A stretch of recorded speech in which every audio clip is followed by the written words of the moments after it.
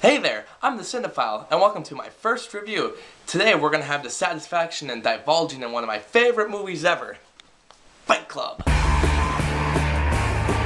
Yes, Fight Club, a film that was so intriguing in plot and a surprising ending, causing us viewers to come back and look at it time and time again, noticing new things after every viewing. So, why don't we pop this in the oven? I mean, DVD player.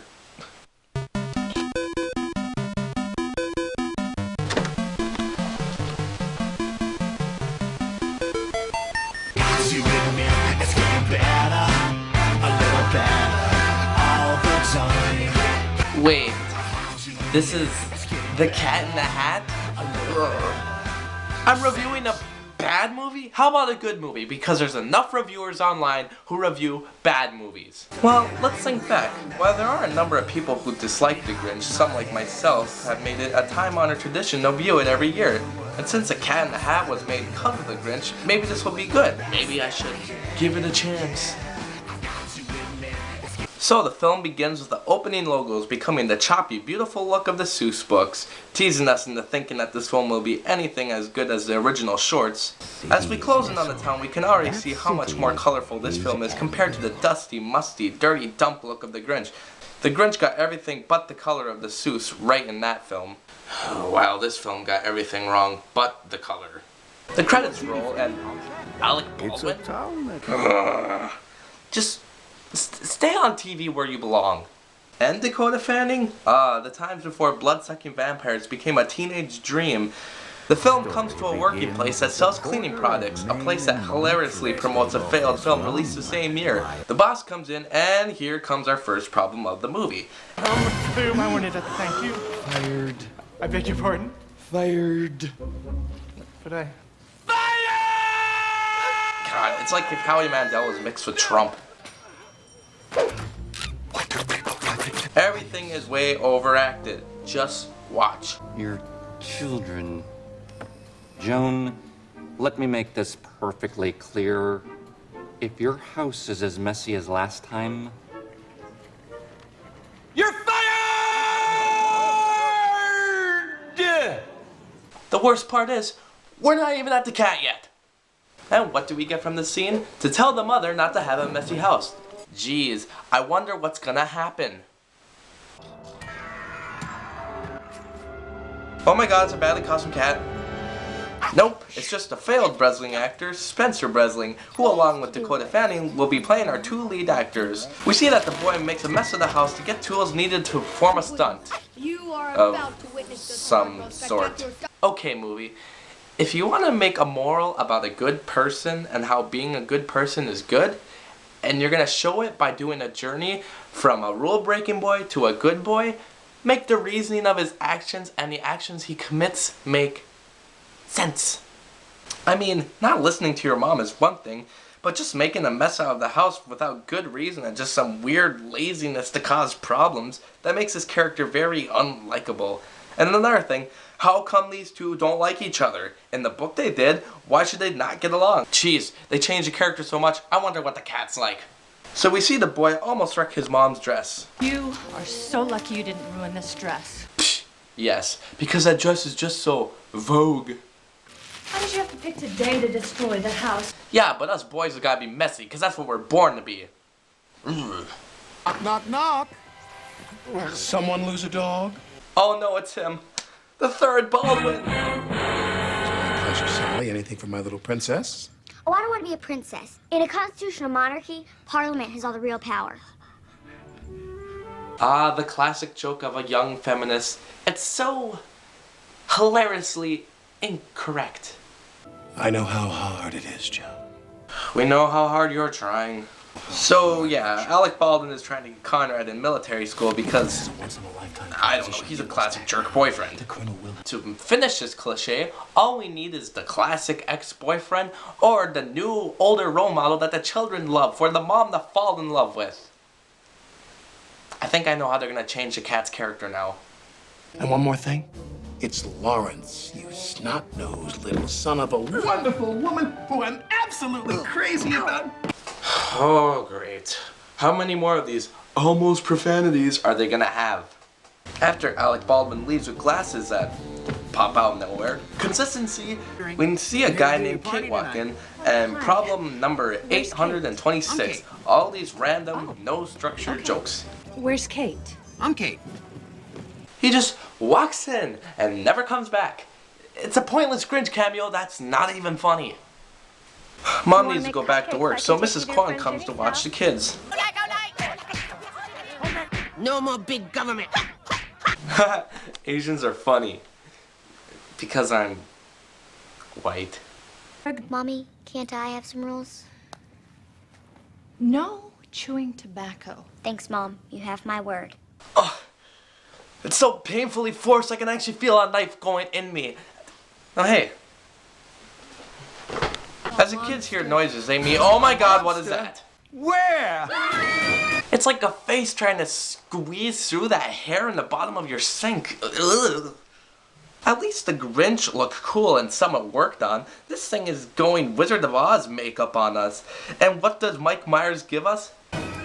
That could have gone better. Himself. Not even an accent like Shrek. Nope, it's just him talking like himself. Seriously, just put Wayne's World over the voice and they'll be the same voice. Except funnier. She will be mine. Oh yes, she will be mine. Not only that, but he mentions to us how he's no good at rhyming. Me line, key lime, turpentine. I got nothing. I'm not so good with the rhyming. Not really. You know, movie, you didn't need to tell us how you're gonna cop out on that one. When a mommy cat and a daddy cat love each other very much, they decide that... No. The cat explaining sex. Jeez, I wonder how many of those innuendos are gonna be in this movie. Humana. Who is this? Oh. Oh, come on, it's been like a minute. Another one? Another annoyance with the cat is that he laughs after everything he says. Even though most of what he says is not funny, some of the stuff could get a chuckle out of me, but then he ruins it with a dang laugh. You pay this woman to sit on babies? That's disgusting. I do it for nothing.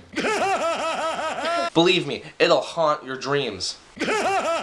You're a control freak and you're a rule breaker. Well, there are two treatments I'd recommend. One is a series of painful shots injected into your abdomen and kneecaps.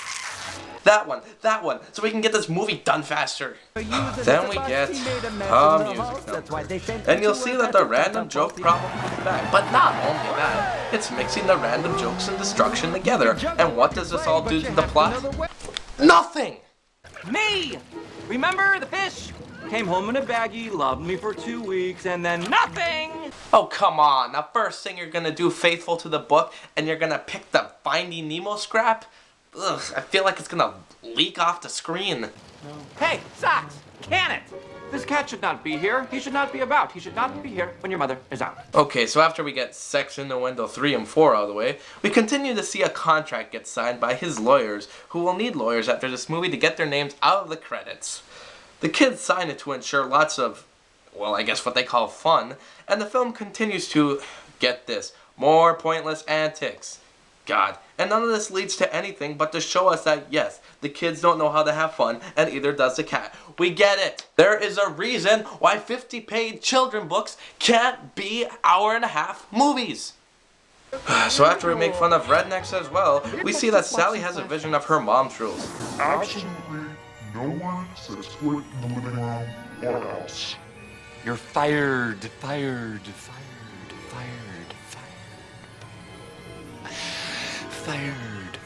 It's weird though. Why is she in slow mode but the boss isn't? Yet another inconsistency to an unbalanced plot. Alec Baldwin comes over because instead of being the man Joan believes him to be, he's just a slob. Please, just stay out of this movie. We already have enough pointless scenes. And could you believe the irony of him being allergic to cats? Is there a cat in here? Comic genius. Later, the group begins to make cupcakes, and I'd be lying if I said I didn't like this scene. This is one of the few scenes in the movie that I actually do find funny. But of course it is ruined by the end by who? The cat. And by what? Because son of a bitch! Look, And almost profanity. Yes, because it worked the first 5 times, but for you, cat, 4 times. So the cupcakes explode and the cat tries to clean it up with the dress. Look, I'm a girl. How ironic. And he decides he will fix it. And I know just the guys to do it. He looks right at me, almost has a scream of help from Mike Myers. We see him come with, oh god, not these. Ugh, so awkward looking. They're like if you threw the Who's from the Grinch inside of a blender full of toxic Kool-Aid. It's just, blech. And we are introduced to another random plot thread. The idea of this crate is a portal to another world. It's a good thing they brought this idea in instead of making a good moralized story of how the house was ruined by their own fault, but rather they will have a crate take care of it. Now, I'm not usually a rules guy, but this is a biggie. No opening the crate. No looky, no touchy. Got it? So the hair metal wannabes run around when the kids try to capture them with nets. Hey, Conrad, remember that time we bought these nets to catch midgets? Oh yeah, it's a good thing we actually have midgets to catch now. Antics ensue. Again. The things lose the dog, and Conrad takes the padlock off the crate. It won't stay shut! Not without the lock! Oh no, what will happen to the crate that was unlocked yet wasn't locked to begin with? I mean, really, they put a padlock on it now, but to begin with, there was no lock on the crate all along. So, really, the door shouldn't be opening anyway. It could have been closed by itself. It makes no sense. We enter the house of my nightmares. This isn't even funny. This is probably how Alec Baldwin lived after he starred in this movie. And what does this scene do? Nothing! So the kids go look for the dog and for some reason take the time to take the fish that can't breathe underwater, and we probably get the biggest innuendo of all. Number 5. Dirty hoe. I'm sorry, baby. I love you. Come on, cat. Oh my god, it is so forced, and the cat ruins it with that chuckle. They find the dog at a party that Dakota Fanning wasn't invited to. There's Ginny and Ellen. How come Denise didn't invite me to her birthday? Character development, I guess? Who cares? The cat hides in the piñata. Everybody join in! Benny, I couldn't find a good hiding spot. The cat took my idea. We see the kid from Even Stevens bash him in the nards. And we have an enigma from the cat.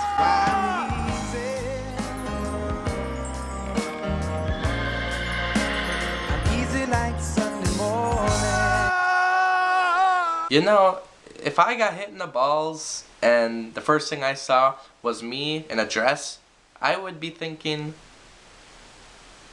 No, I wouldn't be thinking anything if I was hanging myself in a tree. After Candy saves the day, the cat takes him to his vehicle called the Slow, as we get another forced joke. Here she is, the super luxurious omnidirectional whatchamajigger, or SLOW for short. SLOW? Yeah, slow. It's better than the last name we had. Super hydraulic instantaneous transporter. Oh, you mean... No! Quick to the slow! Can't we be at least more inside about our inside jokes? Toy Story did it. Why can't you? We arrive at the Stamp of Seuss movies, a car scene, as they drive to get the dog. You know what would make this more cliched if he yelled out, "This is awesome." This is awesome! Oh, come on, movie. Hey, Rhode Island license plate. You never see those. Okay, that was one funny joke. I mean, Rhode Island license plates. It'd make more sense if you said Hawaii, but it was still funny. You didn't laugh at the end of your joke. Airbag. Standard. I think I wet my jar. Okay, that messed it up. Oh yeah, Alec Baldwin is trying to get the dog first to prove to Joan that Conrad is irresponsible. I got an idea. How about you just wait a couple of months until she loves you enough to just get rid of Conrad? I mean, she's dating you. She must be pretty whipped. So he tries to trick Alec Baldwin into giving him the dog dressed as a hippie. I'd like you to sign my petition. Yeah. Get out of my way, you hippie freak. Yep, first Asians, then rednecks, now hippies. God, I love America. How much is that canine American in the window? So we come to the strangest scene of all. The cat goes down this pipe thing that leads him to an underground club where everyone has Seuss hats. I don't get it. I thought he lived in the crate. Is this a portal to the same world? No, because his world is sloppy and this looks normal. Does he go here often? Does the world just happen to know about the cat? Or is this just a popular hat? The movie should have been about that. Rhyme. Not intentional. Why did you fall back? You had no reason to. You just... Duh. This scene... Let's move on. So after we get past my ringtone for the next month, we find out the cat mixed up his hat with another one and lost his magic. Good thing you put all your magic in a safe place like a hat. So? Without my hat, I'm just your garden variety 6-foot-tall talking cat.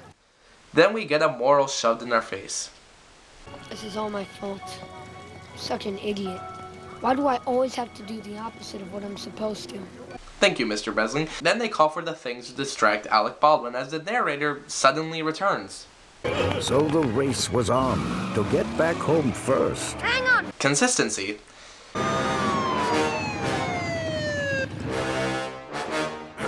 I'm sorry, officer. Was I speeding? Make it take a license, alpha registration. Mama. Hey, that's my car. Joe, we've got to... I'm not going to let them get away with this. Really? You're gonna go that far just to get Conrad in military school? How whipped are you, lady? He arrives at the house to get the kids. Trust me, you don't want to go in there. It's going to be a total...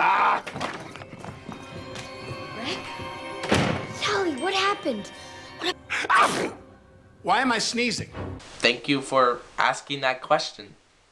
We figured you'd know why you're sneezing since you're, I don't know, allergic to cats.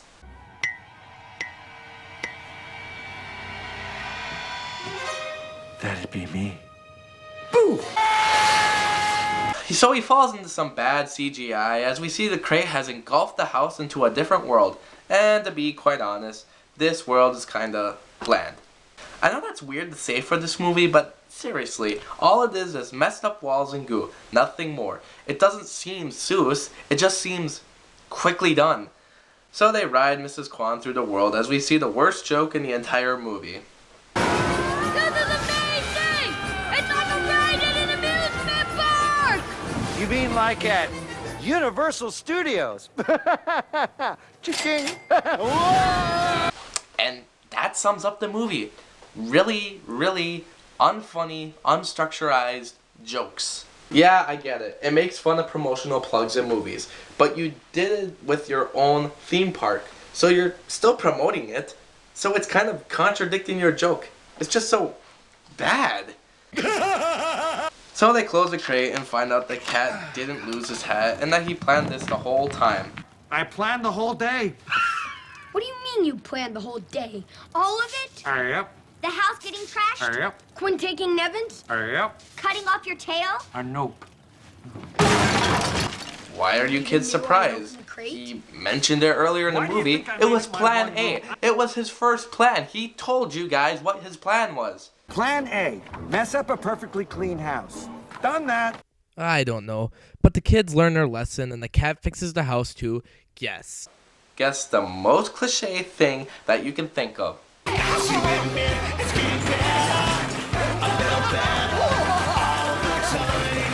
That's right. A pop montage. I'm sick of hearing Smash Mouth in all these Mike Myers movies. And how do they make it worse? Okay. We had some good times. We cleaned up the house. We even managed to work in an up-tempo pop tune for the soundtrack. That's important. Yep. They even mention this is an old idea. It's like this movie is self-aware. Why are you pointing out that your jokes are not good? They even point out that, oh, pop montages, haha, they're so outdated. Then don't use the outdated idea. So the cat leaves just in time for the mother to come and, oh God, leave. Thank God. So the mother breaks up with Baldwin, has her party, and all is good. Roll the credits. Finally, we're at the end of The Cat in the Hat. God, I thought I'd never make it through that. And how is it? They use a lot of common cliches of the early 2000s. The jokes aren't really funny, and even if they are, the cat ruins them. There is really no story. Most of it is pointless filler with pointless, unfunny characters used as an outdated joke. A lot of the fourth wall jokes don't work because it contradicts themselves, and a lot of the acting is overdone. And to top it off, it is just downright disgraceful to the book. There's a reason why Dr. Seuss's widow said no more live action films after this one.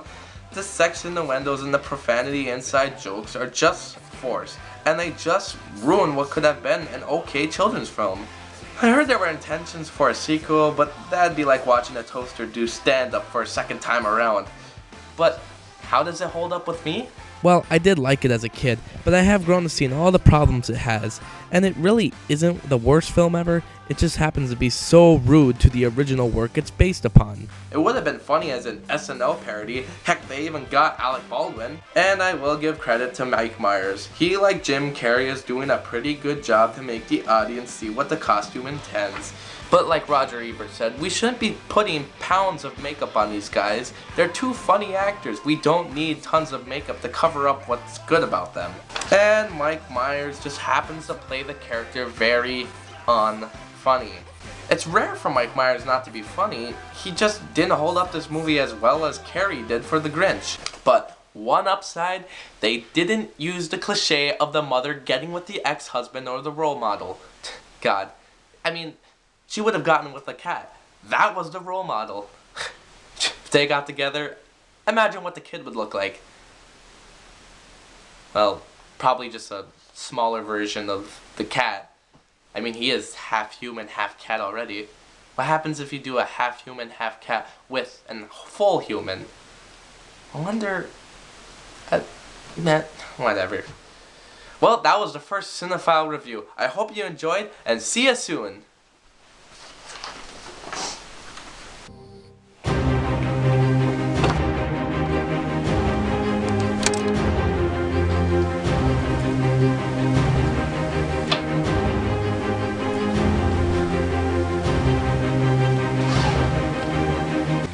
I'm the Cinephile.